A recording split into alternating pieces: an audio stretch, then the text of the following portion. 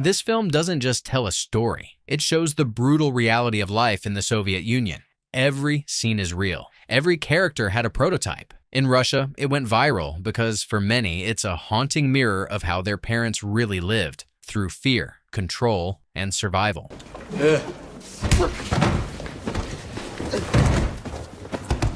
The story, based on real events, begins in the freezing winter of 1989 in Kazan. A teenager named Andrei practices playing the piano on a cardboard keyboard. On his way to school, he sees a guy fending off 3 attackers and wisely walks around them. At the bus stop, the same guy barely escapes by jumping on a bus just as a rock smashes through the window. He then corners Andrei and his classmate Iskander, snatching their pocket change. Andrei refuses to hand over money and gets punched in the jaw. In the school bathroom, Iskander says he'll tell his older brother from the Razyezd gang. Andrei gives him 20 kopecks in return for the 30 the thugs took. Later, the vice principal asks Andrei to tutor a struggling student. It turns out to be Murat, the same guy from the morning. They walk to Murat's place, and it's clear his family isn't poor. Bored, Murat ropes Andrei into stealing imported baseball caps. The next day, Iskander and his crew shake Andrei down again, demanding 3 rubles to cover what they lost. Andrei refuses and takes a beating to the ribs. Despite everything, his friendship with Murat grows. They study English, music, boxing, and mess around. At music school, Murat meets a violinist named Aygul. One day, while Murat's ordered by senior gang member Kashe to wash a car, one of Iskander's goons kicks Andrei in the locker room. With no idea where to find money, Andrei turns to Murat. He wants to join the Universum gang so he's not seen as an outsider, but Murat refuses to vouch for him. So Andrei comes up with a trick. He shows up at a gang meetup and introduces himself to gang leaders Zima and Turbo as Murat's close friend. They throw him into a sparring match, which he bravely endures. He's accepted into the gang. At school, Murat tells Iskander that Andrei is now one of them, and the debt is off limits. Then he explains the rules to the new guy. The city is split between gangs constantly at war, and the fights aren't just about blood. They kill too. Zima and Turbo take Shelika on a trip to Moscow. To afford the ticket, Andrei sells his camera. On the way, the guys give him the nickname Palto, overcoat. In the capital, the crew hustles locals, but one of them, a metalhead, catches Andrei and hands him over to the police. Back in Kazan, he's interrogated by a juvenile inspector named Irina Sergeyevna. He invites her to the movies. He doesn't snitch, and when he's released, the gang greets Palto joyfully. He cuts his hair shorter to match the dress code. That evening, he meets Irina Sergeyevna at the community center, but it turns out to be a Komsomol rally against teen gangs. After a report, the officer asks Andrei to speak on stage, but he bolts, not wanting to get himself in trouble with the crew. Meanwhile, Murat visits Aygul, pretending to be a youth leader. Later, he and Kashti run a shell game scam with Murat posing as a fake winner. He notices Andrei's mom placing a bet and warns the guys she's one of their own, but they ignore him. So he shouts that the cops are coming, forcing the hustlers to scatter. But it's too late. Andrei's mom has already lost her entire month's salary and her fur hat. When Kashte sees there are no cops around, he punishes Murat for ruining the scam. At home, Andrei is greeted by his mom and a police major named Ildar, who is taking her fraud report. Ildar invites Andrei to stop by the station to pick up some food supplies. Without help, he and his mom are going to struggle. At the station, the major lets the boy play kung fu on the office computer. Andrei gets hooked on it, like a total gaming nerd. As evening falls, Ildar invites him to come again the next day, but in exchange, he wants the names of the gang members. Murat, uneasy about Palto hanging around with cops, warns him that this kind of thing isn't acceptable. Their talk is cut short by the return of Vova Adidas, Murat's older brother, back from Afghanistan. A lot has changed in the gang scene during his 2-year service, and he doesn't like it. After a friendly soccer match, Adidas heads to the gym, where he and Kashchi talk about the situation with Andrei's mom. Kashchi dodges the topic and suggests checking if Vova still has his boxing skills. They throw him in the ring with a heavy hitter, who ends up knocking him out. Adidas doesn't like how the new order works. Gathering like-minded guys, he pitches a small business idea, charging cars passing through their turf. The next day, they set up a checkpoint. Business goes okay, but not everyone wants to pay. Some even look ready to beat Adidas up. When the police show up, the crew bails. Adidas splits the earnings evenly, tossing Andrei an extra 25 rubles as payback for his mom's stolen hat. He hides the money in a book, pretending it's been there all along, but his mom knows they're stolen bills. That evening, the gang heads to a disco. Andrei invites Irina Sergeyevna to dance, but she declines and instead invites him to a house party. To spice up the night, Andre walks over to Iskander and punches him in the face. Chaos erupts, and the police break it up. Irina Sergeyevna hides the instigator and Marat in a storage room behind the auditorium. That's where Major Ildar finds them and drags them to the station. As a lesson, he beats Andre in the bathroom using a brick inside a felt boot. Meanwhile, two guys from Universum are captured by rivals. On a bus, Kirill sees his friend Yarolash getting stomped. The next morning, Marat tries to buy back Andre's mom's hat, but the store clerk recognizes him as the thief. He runs, and on the street, he spots his English teacher and steals her hat instead. Later that day, the boys visit Andre to deliver the new hat and make things right. Kirill, with a self-inflicted cut on his forehead for realism, tells the gang how he and Yarolash were jumped and he blacked out. From Yarolash's grandmother, Marat learns he's in the hospital. They go together, but instead of the hospital room, she's brought to the morgue to identify the beaten body of her grandson. Major Ildar shows the corpse to Andre too, warning him he could end up the same way. Instead of feeling remorse, the kid wants revenge. Kirill blames everything on the Razyezd gang, claiming he recognized one of them during the attack. The next day, Marat shows up at the Razyezd meeting spot. They chase him through garages but end up in a trap set by Universum. A fight breaks out, and Kirill goes especially wild. Even while leaving, he says they should have finished the job. Back at the gym, the guys learn that Kashay had a talk with Razyezd's elders. They don't want a war. During a follow-up with Kirill, it turns out the guy he claimed to recognize had actually been at the disco with Adidas and couldn't have killed Yarolash. The Razyezd leaders walk out and Kashay tells Kirill to tell the truth. Kirill confesses everything. As punishment, he gets kicked out of the gang and humiliated. The process includes a beating and getting spit on. At Yarolash's funeral, the whole crew gathers. Adidas and his close circle make a vow: "We won't forget Yarolash." At home, Andre finds out his mom is romantically involved with Ildar. The major tries to bond with his potential stepson. From him, Andre learns that the one who killed Yarolash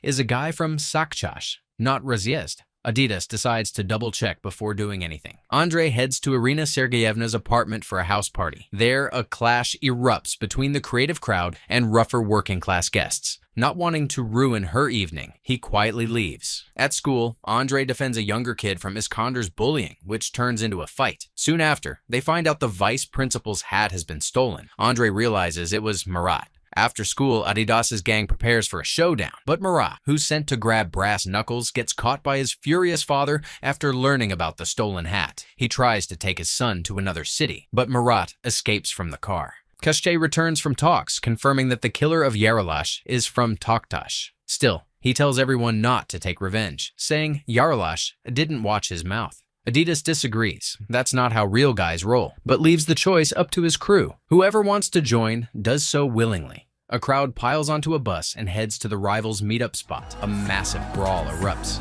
The Great Beatdown. During the chaos, Adidas is wounded with a board full of nails. Andre is knocked out just before the cops arrive. Sirens blare, people scatter, and the rest are taken to the hospital. Andre wakes up in a hospital bed with Irina Sergeyevna sitting beside him. Before leaving, she kisses him. Once he recovers, he asks the nurse where the guy who started the fight with Yarolash is and beats him brutally. The next morning, Marat shows up at the hospital. He strips an intern to sneak inside. Right after, the Toktash gang breaks in through the windows to get revenge. Marat joins forces with Turbo and Andre to save his brother, who's being taken into surgery. They grab a stretcher, rush into the OR, and load up the wounded Adidas. Fighting off rivals as they flee, they escape the hospital and hijack an ambulance, right in front of Andre's mom, barely getting away from the Toktash crew. The cops give chase, but Turbo, living up to his nickname, loses them. They take Adidas to a basement where the gang elders scold Andre for attacking someone in the hospital on his own. When Vova wakes up, he defends him, saying Andre did the right thing. He announces plans for a full Universum gathering. Andre's mom, having lost all trust in her son, decides to send him to a Suvorov military school.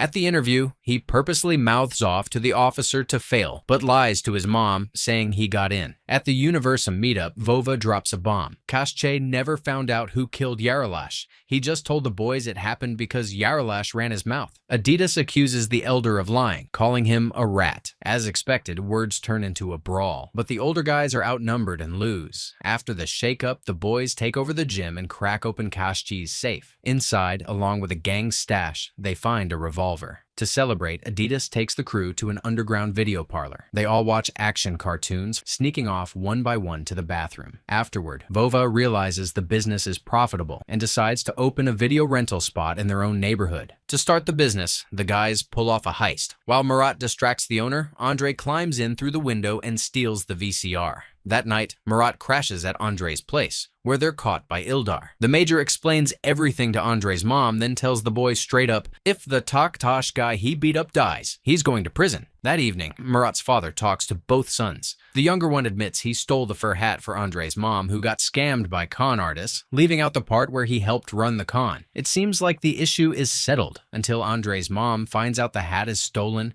Shocked and overwhelmed, she mentally breaks down. Right in front of the kids, she shows how disappointed she is. Medics arrive and take her to a psychiatric hospital. Adidas gets word that the guy Andre beat up survived. At the hospital, he meets a nurse named Natasha who took care of him while he was in a coma. Later, he meets with Taktash elders to smooth things over, making it clear Kashi had nothing to do with the hospital mess. Vova then launches a nearly legit business, a video rental parlor. Checking in with Irina Sergeyevna, Andre learns it's her birthday. He follows her to a restaurant where some familiar musicians are performing. While they're on a smoke break, he plays a romantic piece for her.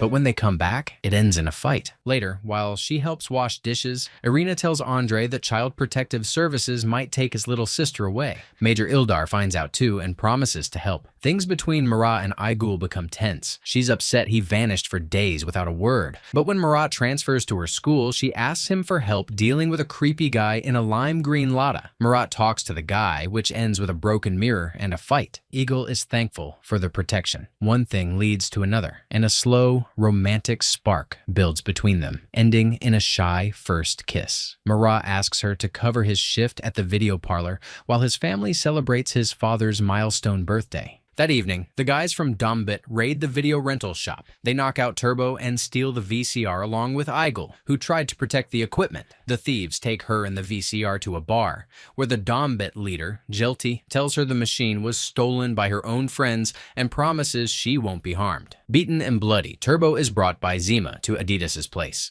The crew calls Jelti to arrange a meeting. Adidas and Zima head out, and Murat, desperate to know what happened to Aygul, steals the keys to his father's Volga and follows them. At the meeting spot, Jelti demands to know where Kashchi is. He doesn't recognize Adidas as a leader and calls in reinforcements. The Dombit crew ambush the three and beat them down. To break Adidas and force him to apologize, Jelti orders Murat's ear to be cut off. Vova whispers, "Forgive me," which Murat and Zima both hear. After taking the car and giving them a bill, the Dombit guys leave. At the bar, they find out the guy in the lime green Lada raped Aygul, despite promising under the street code that she'd be safe. Jelti beats him and kicks him out. Back at the gym, Adidas orders Murat to be tied up, grabs the revolver, and heads to the bar alone. Jelti admits his mistake and cancels the debt, but Vova shoots him and his men. Without waiting for apologies, he kills Jelti and takes Aygul away. Murat walks the shaken girl home, but Turbo has questions. Did Adidas break the street code? And if Aygul was opened, is it even right for Murat to be with her? Murat and his brother go to the hospital where Nurse Natasha treats their wounds. Aygul's father dismisses the cops, insisting there was no rape. If word gets out, it'll only make things worse for her. Vova tells Murat not to see the girl again. If the guys find out he's dating someone who was raped, he'll get kicked out hard. Major Ildar, called to the bar for the murder scene, hears from colleagues about the girl. He tells his men to question everyone in the area and issues a warrant for Adidas as the prime suspect. Murat visits Aygul at home. A day later, she tells him nothing happened. Satisfied with her answer, he invites her to the disco. At a gang meetup, Adidas declares the Dombit crew finished. He's shut them down. Murat shows up late and gets scolded by his brother. The whole gang hits the gym for a training session. After the session, Vova visits Natasha's dorm, but she sees other guys bullying a weak kid nearby. Vova doesn't step in, and she accuses him of being a coward. She walks away. That night, the bullied kid taps on Adidas's window to say Vova stood up for him, but it's a lie. Vova paid the kid to say that just to protect his image.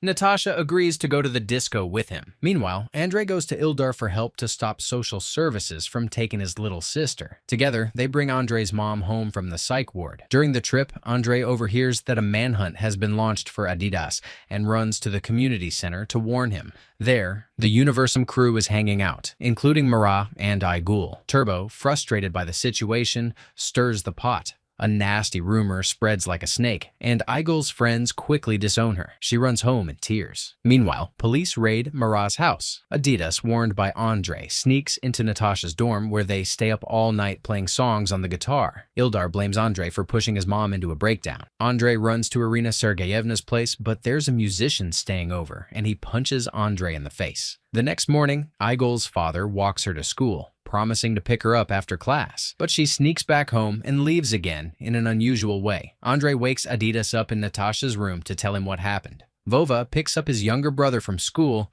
and takes him to the cemetery to honor a fallen comrade. When Marat learns the guy was from another district, he refuses to go, but Adidas reminds him that in Afghanistan it didn't matter where someone was from. While they're drinking vodka at the grave, Andre and some of the boys beat up the musician, warning him to stay away from Irina Sergeyevna. Adidas, drunk, brings Marat home and tells him about Eigel's death, but the boy is too out of it to understand. He throws up on the doorstep. Once sober, Vova goes to Natasha, who warns him the cops are waiting at the dorm. He explains he defended his brother's girlfriend and is now on the run. They decide to flee to her aunt's house in the suburbs, where the family is preparing for a funeral. There, Adidas realizes the dead man is Jelty, the one he shot himself. The next morning, at the funeral, Vova beats up a witness. Natasha asks if he really is a killer, but he stays silent. At school, Marat hears about Eigel's death. When a classmate mocks how she left the house, he beats him up. Adidas meets with the gang elders, who hand him money to escape. He tells them he's leaving and passes leadership to Zima. Andrei's mom returns home, but without his sister. Desperate, he turns to the boys for help. They also go to the police, but she's taken back to the psych ward. Turbo finds the girl at an arcade and brings her home, but soon after, police arrive and take her away. They plan to process Andre too since he's a minor, but he escapes to the gang. At the next meetup, Turbo brings up Eigel, saying if Marat was with her, he's now a marked guy. The gang turns on Marat, even though Andre defends him. A brawl starts, but is broken up by volunteer patrols and the police. Komsomol leader Konachev finds Marat unconscious and brings him to their headquarters, showing him a secret workshop where they make bootleg jeans. He invites Marat to join the rejected society, then takes him to Ildar. The major promises to punish Eigel's rapist if Marat helps. That evening, Andre visits Marat, who warns him not to go to the next meetup. At the meetup, Marat challenges Turbo, but right as the fight starts, the police show up.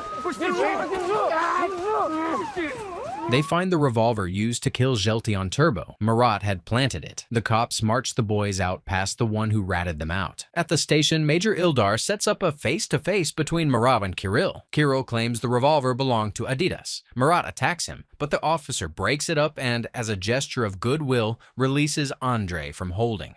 Andre returns to the gym, but Kashche and his crew have already taken it over. They beat him up and announce the official breakup of the Universum gang. Outside, Adidas waits for his younger brother to bring clothes and supplies in exchange for money. But Marat throws the cash in his face, calling him a coward and blaming him for Eigel's death. If Vova hadn't gone after that VCR, none of this would have happened. At home, their father prepares to punish Marat, but Komsomol organizer Konachev arrives with a certificate honoring Marat for helping take down the gang. This changes the father's attitude toward his son. Andre visits Irina Sergeyevna and finds out she plans to adopt his little sister. He agrees to live with her under the condition that he leaves his criminal life behind. Meanwhile, Major Ildar visits Natasha in her dorm. Adidas shows up too. A fight breaks out between the two men, after which Vova and Natasha run away together. The next day, Marat steals a neckerchief from a random pioneer kid and officially joins the Komsomol with Konachev as his sponsor. Andre and Irina Sergeyevna are there too. As they leave, Marat runs into his old friend. Marat admits he's done with the street code that hounded Eigel to death. Andre calls him a chushpan, a nobody. A fight breaks out between them. The former pianist barely wins. At the train station, Natasha buys tickets and sees a wanted poster for Adidas. She returns to their hideout and says she wants to leave him, but Vova seduces her instead. After that, he steals a car so they can flee together. They get stopped by a traffic cop, but Natasha fakes a hysterical episode about an accident further down the road, letting them get away. At a gas station, Vova calls home and finds out his father nearly had a heart attack when the police came. He decides to go back and say goodbye. Disguised as a delivery worker, Adidas sneaks into the restaurant where his father sits alone. None of the guests came to the birthday party after learning his son was a murderer. A waiter calls the police, and Vova tries to flee, but Major Ildar shoots him in the back. Adidas dies in Natasha's arms. As a gesture of respect, Konichev surprises Marat, bringing him into a restroom where Aigul's rapist sits handcuffed. Marat beats him senseless, then breaks down in tears. Meanwhile, Irina Sergeyevna takes Andrei and his sister to visit their mother. Andrei offers to go buy something for tea, but at the market, he's recognized by the man who owned the stolen VCR and gets reported to the police. The series ends in a juvenile detention center. Andrei plays the piano, while a choir of inmates sings a song by the band Laskovi Mai.